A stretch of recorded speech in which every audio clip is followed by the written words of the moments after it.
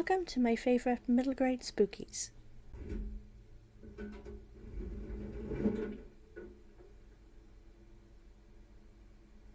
First off, I'm going to apologise if you can hear any noise at all in the background. There's currently construction going on next door, but I really need to get these filmed, and this is the only time of day yet that I can do it, so please bear with me. For the first one, we are going for the higher end of the scale for middle grade, and that is Return to Fear Street, You May Now Kill the Bride by R.L. Stine. This is following two Fear family weddings decades apart, and it's all about this ancient curse that is following both of the weddings and the families, and it is absolutely fantastic. It is so atmospheric, and it's for the older generation of the Fear Street series. The couple of the old Fear Street series are more for the lower middle grade, which is this one is for the higher middle grade. I love the complexity of the two families and how they join up. There's a great mystery behind what actually happened during these weddings, without trying to spoil too much of it. There's a murder or an accidental death. You're trying to find out which it is as someone goes over the edge of a cliff, and it's just absolutely enthralling. I didn't think that I would love this as much as I would, because I'm a bit half and half on R.L. Stine's work at the moment, but this still holds really, really well, and is the first book of a series, and is quite chunky for a Fear Street book, because you're used to them being like really tiny and really small, about that size as well, down to there. They're really, really short, mass-produced paperbacks. So it's no wonder that this is on my list, although it has surprised me, being a huge R.L. Stine fan in the past, but not so much these days, but I still love this one.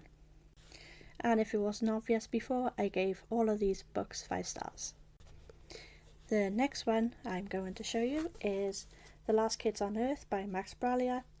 There is a Netflix adaptation TV series based on these books, and they are quite short.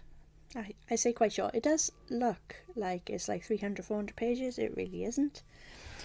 But I just love these covers. They drew me straight in. I thought I'd give them a chance, and I am so glad that I did.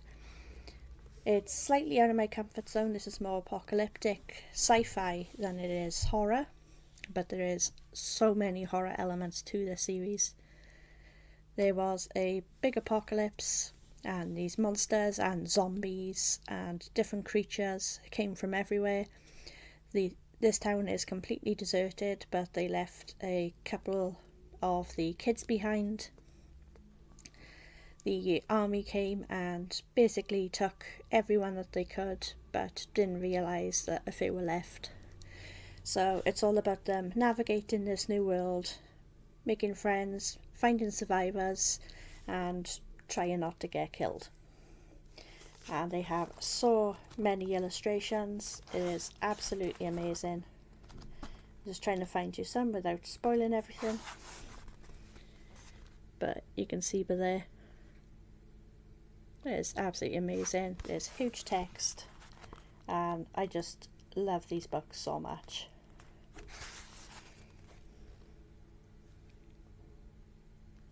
Absolutely fantastic. I've only read the first book, but I am so looking forward to reading the rest of the series this month if I can manage it, because we all know I have so many TBRs that I need to get through, but I seriously need to get to the rest of these because they are absolutely amazing. I love every single character. They all got their own quirks, their own personalities, and what they bring to the team in order to help fight the apocalyptic invasion, and it is so intriguing. Really love this. Now for a book that borders middle grade and YA, because you need it right up on the scale of the I am so sorry. It is a lot higher on the middle grade end of it. This is Permanent Damage by Ivy Tholen. This is a self-publication, and it's all about this girl that sees ghosts. After a ghost leaves her with what looks like self-inflicted wounds, she is taken to the psychiatrist, but the psychiatrist convinces her that it's more of a gift than something that's actually wrong with her, and sees that and offers to rescue her in exchange for use of her gift. Now we have one that's actually a tiny bit more fantasy than horror, but it still has a lot of horror elements to it and really creepy darkness, and that is Maya and the Rising Dark by Rena Barron. There is a scary man made of shadows, and this is a portal fantasy slash little bit of horror in it. And she finds out that she is actually in a long line of guardians who are to protect these portals to make sure that these creatures don't come back and forth between the different realms. And I absolutely love this series. It is a trilogy, though I wish that it would make more books because I devour these immediately. The first time I read them, I devoured them all within 48 hours. The whole 3 books. And I just love these covers. They are amazing.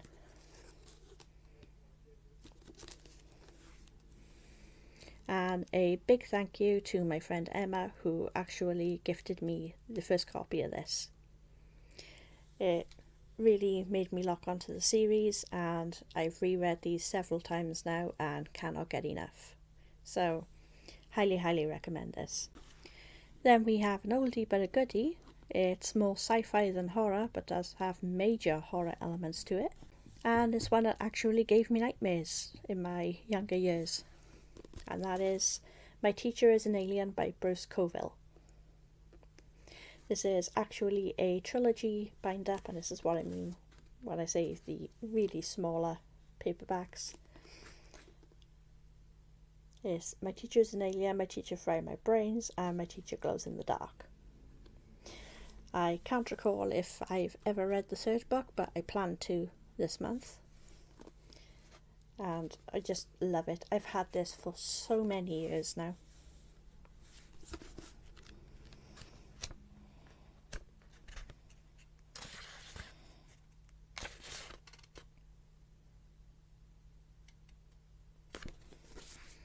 I grabbed this in one of my old school book fairs, and this was published in 1991.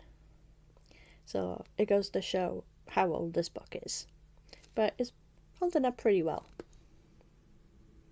And of course, by the title, it's all about these kids trying to prove that their teacher is an alien.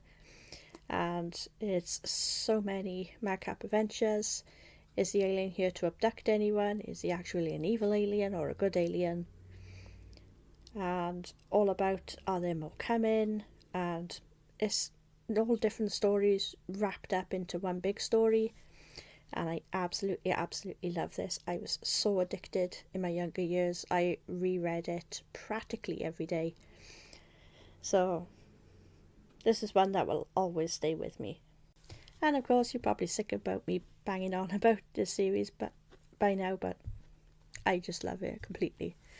And we are talking about, of course, My Undead Life, OMG Zombie.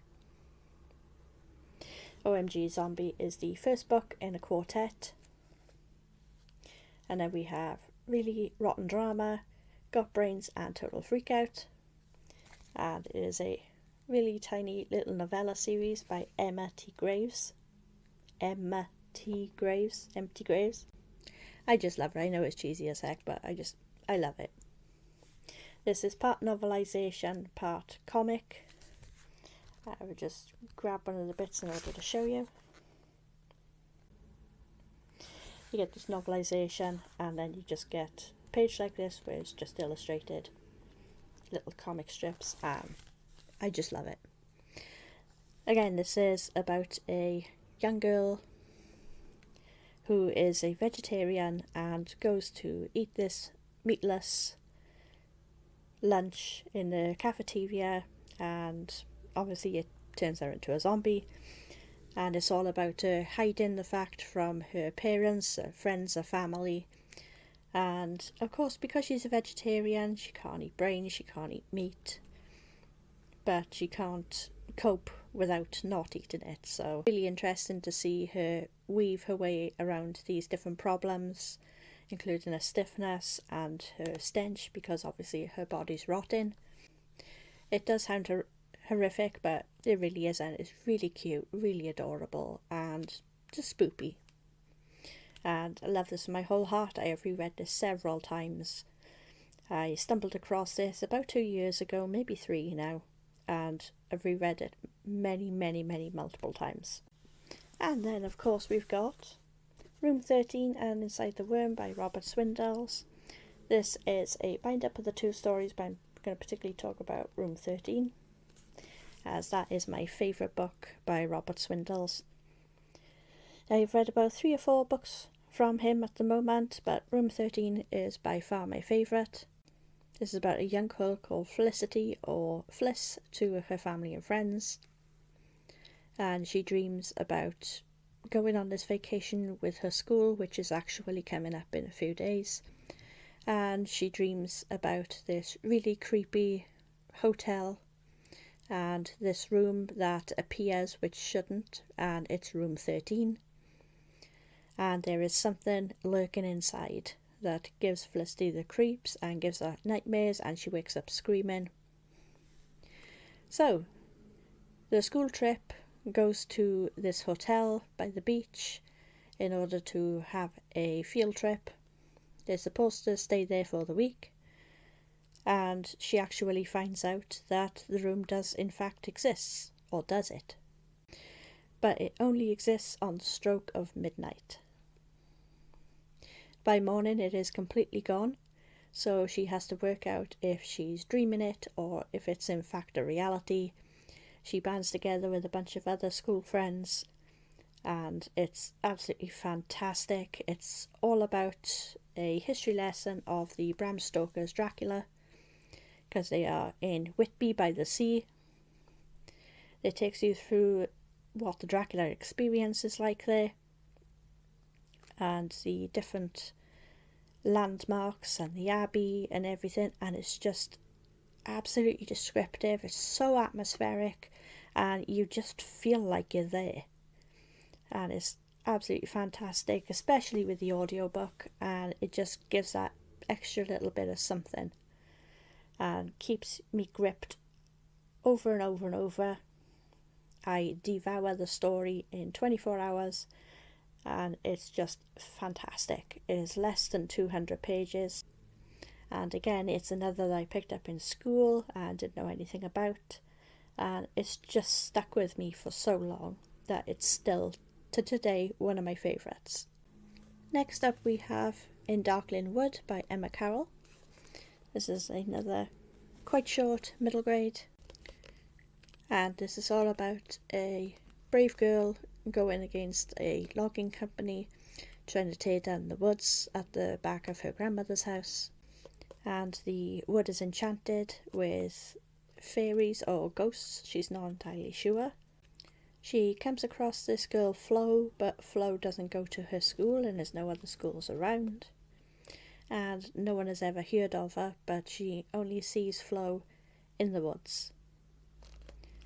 So it's all about them banding together to try and save the forest, and even though this isn't technically horror, it does have really creepy elements and makes you feel dark, and I know it's called In Darkling Wood, but it just has that really creepy atmosphere without even saying anything or trying too hard, but you immediately feel creeped out, and to have that emotion and that feeling, it's just fantastic. And it's one that stayed with me, it's one that made me feel at home, and I just fell in love with this author through this book.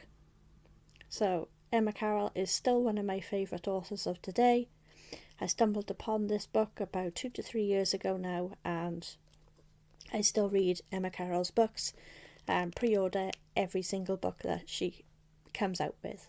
So looking forward to adding my collection and looking forward to giving this a reread sometime soon. And the last but one book that we have is Locked Out Lily by Nick Lake. This book tugged at my heart so much and it made me cry. And of course we have the beautiful Waterstones edition. This is actually signed by the author. And look at those end papers, they are just stunning. And you have the key on the cover with the beautiful gold script. And I just love the illustrations so much. Absolutely stunning cover. And you have major illustrations inside as well. I mean, how's that for a title page? It's just absolutely stunning. And of course, along the book you get little illustrations like that. It's fantastic.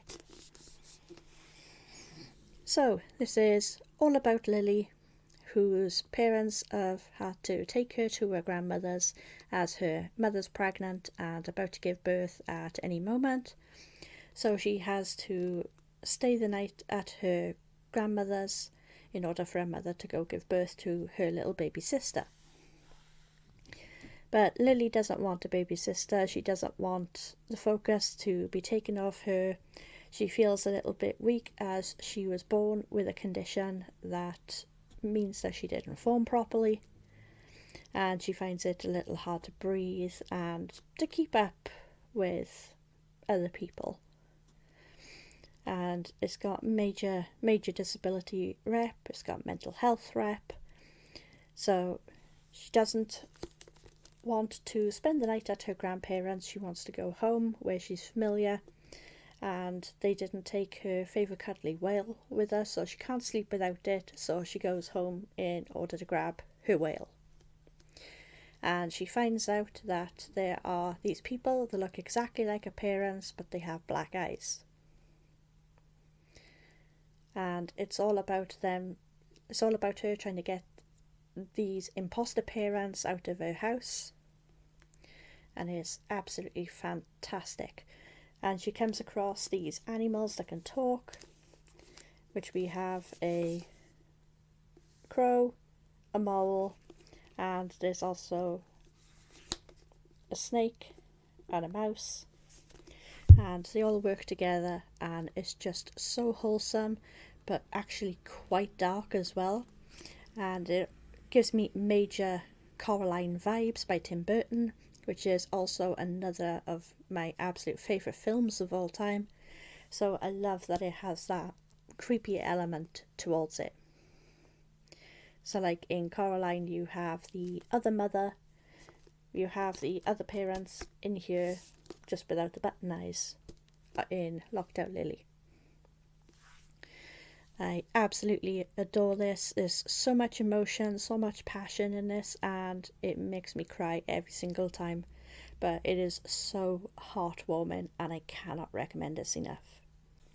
And last by no means least, we have Fake Nora by Kelly Martin. This sucker punched me this year. I read this for the first time this year and it blew me away. I wasn't expecting to like this. This is all about a young girl called Nora who goes to this antique store with her mother, as her mother loves antiquing, and finds this dresser with this big old mirror on it. And it immediately creeps out Nora, but her mother falls absolutely head over heels with it, so decides to take it home. And there's a little bit of a difference in Nora's reflection, and the reflection drags her into the mirror and swaps places with her. Nora then has to live in a house that looks exactly like hers but is completely dull and grey, with no one that she knows in it. There's no sight, no sounds, no smell, no nothing. It's like a complete and utter void. Every day is the same until she meets 13-year-old Jesse, and he has been stuck inside the mirror since the 40s. And it's all about them banding together in order to try and go back through the mirror. And it is haunting. It has really creepy creatures like shadows and different things like that are after them to try and keep them inside the house.